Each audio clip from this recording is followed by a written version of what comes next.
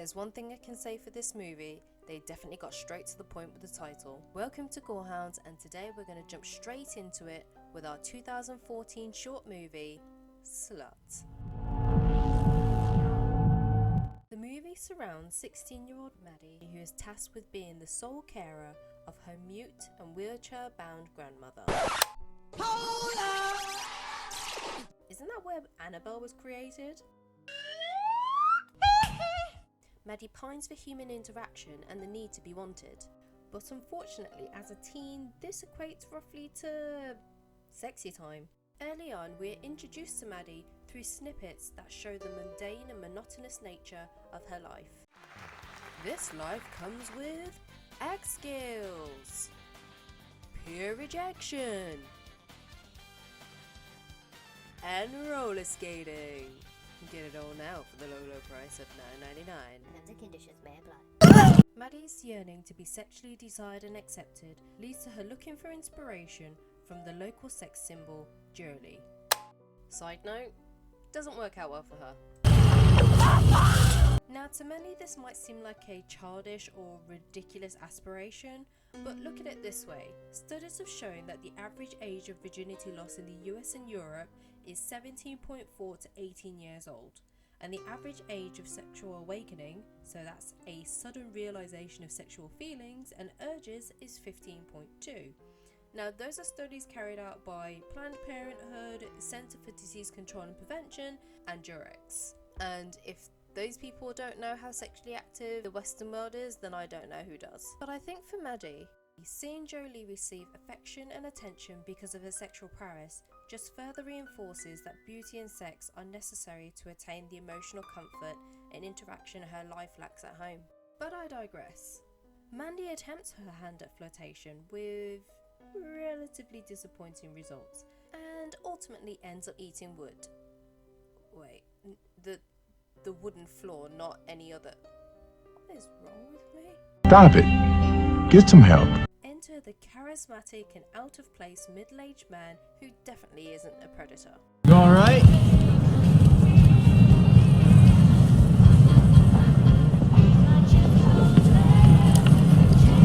Drop these. Thanks. Feel like all your parts are working okay? Yeah, I think so. Easy.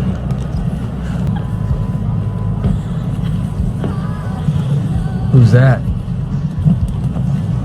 Not from around here, are you? With just a few seconds of conversation and observation, the stranger reckons that he has Jolie pretty much down to a T, explaining to Maddy that she's better than Jolie. Bit of a dick move, really. And just based on their limited interaction, you would have to assume that he comes to this conclusion based on the fact that Maddy doesn't parade around like a peacock. Can I tell you a secret? Okay. You're better than her. I'm really sorry, but I think you've got halitosis. Hi, Mindy. It's Maddy. Who's your friend? I don't know. Why don't you ask him? Woo! Girl got sass! Nice dress. So you still think I'm better than her? Yep. Why? Because Why? Because you're a nice girl. Perfect.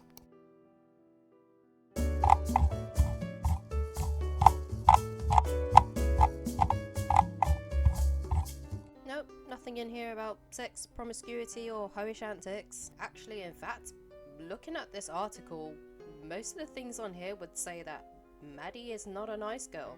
But what would I know? I'm just a woman.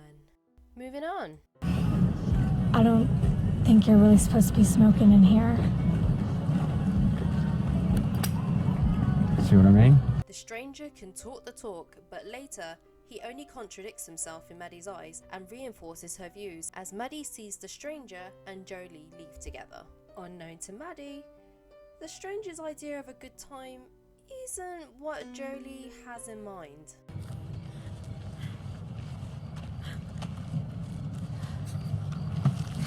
End of the line, honey. I don't know if anybody's ever told you this before, darling. But half the fun's the chase. Girls like you just make it too damn easy.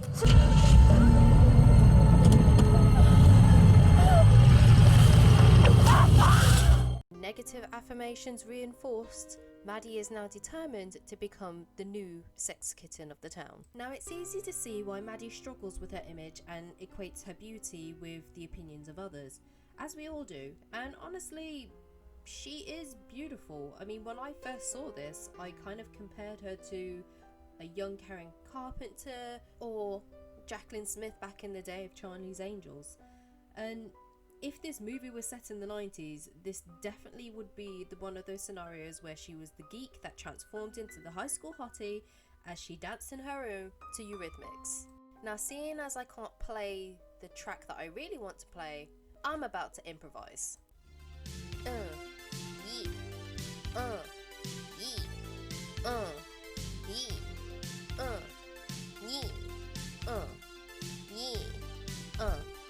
Yeah. Yeah. Who she talking to? Yeah, must be talking to an angel. Must be talking to an angel. Must be talking to an angel. Who she talking to? Oh shit. Oof.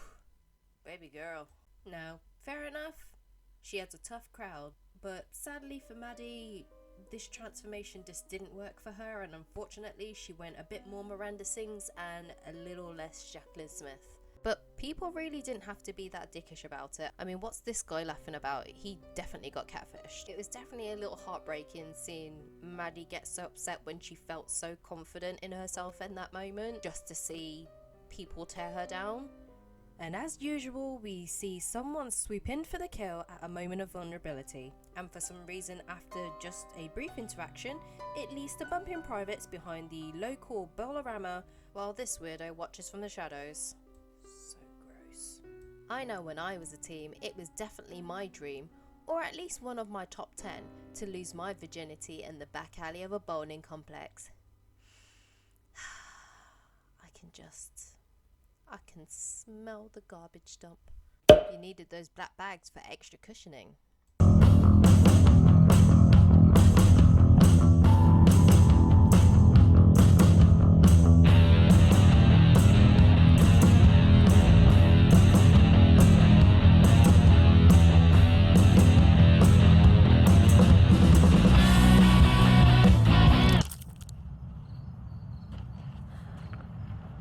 Shit, I'm sorry.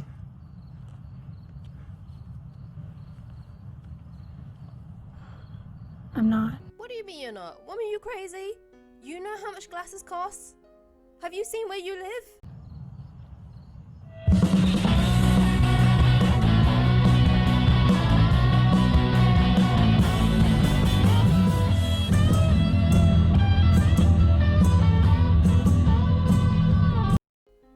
When a fairy tale becomes reality. Embodying the disappointment that we all felt in this moment, the stranger leaves his car and picks up the glasses left behind by Maddy. Maddy returns home, eager to tell her grandma about the great news. However, for someone who couldn't see her reflection in the mirror a few moments ago, you cannot convince me that this girl somehow managed to find her way home without doing a Velma. That aside, Maddy is now keen to spill the beans.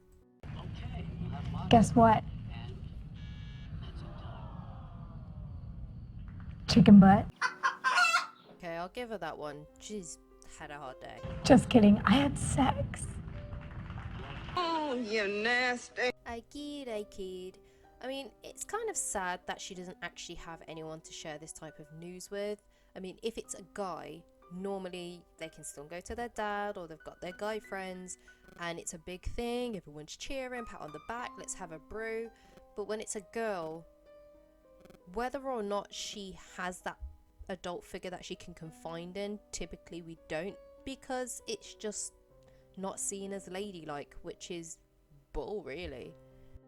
But to make matters worse for Maddy, she hasn't shared that news with her grandmother. She shared it with a wolf in Nan's clothing. Now, hold on a sec. Can we just acknowledge the fact that Maddy isn't actually a very good carer?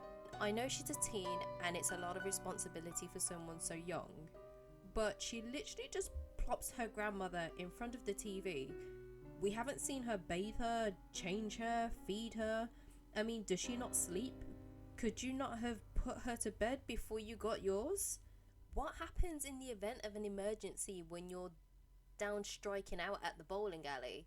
I mean, in this instance, a murderer is in your home and he is chucked your nan out of her wheelchair and bound her. I think that kind of classes as an emergency. That's for destroying the economy. So that's not Nan, but Maddy's too busy reminiscing over the events of the evening to notice. Why do you just randomly have lipstick on your nightstand with no lid on? I mean, that's unhygienic. As Maddy settles in for the night, she hears footsteps and for some reason she thinks this is her nan, because Nan's a prankster. She's been fine this whole time. So it turns out that the mysterious stranger from earlier has now taken this opportunity to borrow her nan's gown and uses it to target Maddy, as she now has violated her virginal womb. The stranger wins Maddy before lassoing her as if some sort of animal and showing various misogynistic and homophobic tendencies. Calm down.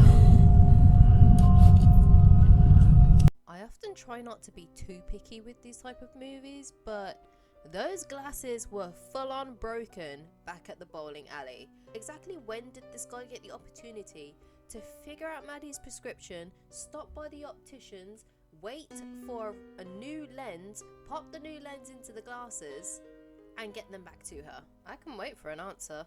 Let me know down in the comments. What do you want? What do you want? Just don't kill me. Please. Don't kill you. Okay. What can I do to you?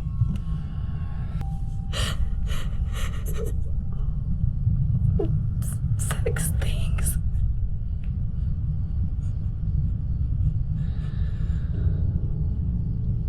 And I thought you were a nice girl. Now, the idea of Maddy offering her body in exchange for her life seems to be particularly triggering to him, and I think this is something that we can explore a bit later, but I think his reaction is a bit weird. If somebody breaks into your home with no intention of stealing anything, you're naturally going to come to one of two conclusions as a woman. I mean, is that just me? Let me know if that's just me. Now, admirably, Maddy fights back and she hits him with the lipsticks to give him pink eye, because that thing's been all over the floor. You're gonna get an infection, but that's the least of your worries. Maddy continues to put up a good fight and just demonstrates how defiant she can really be. And as we saw at the beginning of the movie, she finally gets the opportunity to put some of those sweet lumberjack skills to use. And misses. Luckily for Maddy, luck is on her side and the stranger becomes the new house ornament. You missed, you stupid bitch.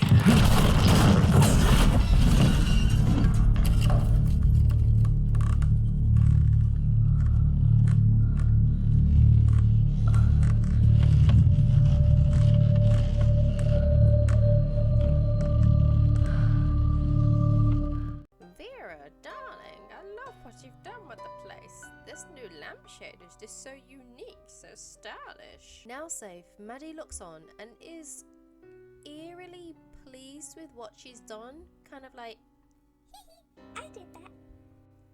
Eventually, she snaps out of it long enough to pick up her nan and offer her the medication that she should have offered her before, because it didn't occur to her that she needed to do this before she went for her beauty sleep. But Grandma, being disconnected from the world and seeming oblivious to everything that has gone on, doesn't care and just turns on the TV. Now, it's interesting to notice how the word slut is actually never mentioned in the movie, and my interpretation of this is that with the word comes a heavy and derogatory connotation. You already define a person without knowing them, and in this situation the killer has used it as a justification for his actions. And in being a slut, you're now less valued than other people because you're deemed as unclean and therefore disposable. The stranger kind of hints at this when he suggests that Maddy is better than Jolie when she's a virgin, but then chastises her at trying to use her vagina as currency, as if now she's no longer a virgin, it has less value. You want to try begging your way out of this one by offering up your like it's some kind of prize? The stranger's attitude toward her has completely changed, and it's as though she had more pull and power as a virgin versus now she's not. In psychology, this is what they would define as a Madonna whore complex. It basically means that men find no sexual desire for women they respect, being the Madonna, but rather for the ones that they degrade, being the whore. And that would perfectly explain why this guy is so nice and disinterested in Maddy, but then switches as soon as she loses her virginity. And we see this complex of psychotic impotence play throughout the 70s and 80s, and horror's portrayal of women, where lustful women saw death and those that were deemed as pure managed to survive. And it's not just the stranger that demonstrates this behaviour throughout the movie, it's pretty much the majority of all the male figures who only show women as having value when they present some sort of challenge, until they don't. I don't know if anybody's ever told you this before, darling, but half the fun's the chase. Girls like you just make it too damn easy. Girl, you got some fight in you. And it just further adds to that narrative that this stranger sees sexually active girls as just lesser beings. I mean, he demonstrates that by lassoing them like they're cattle. However, the end of the movie helps to suggest that Maddy is now more empowered than ever, and she transforms from this meek and shy girl to a strong and emancipated woman who now seems almost pleased about what she's done. And I don't necessarily think that she's actually pleased that she killed someone. I think it's more about, I fought the war and I won. And it's not often that you get to tick off 2 first times in one night. But there's more than one opinion, and that's just mine. What's yours? Thank you all for watching, guys. Make sure to like, comment and subscribe, and make sure you watch the full version of Slut. I'll leave the link down below. But until next time, I'll see you all later. Bye. Boo!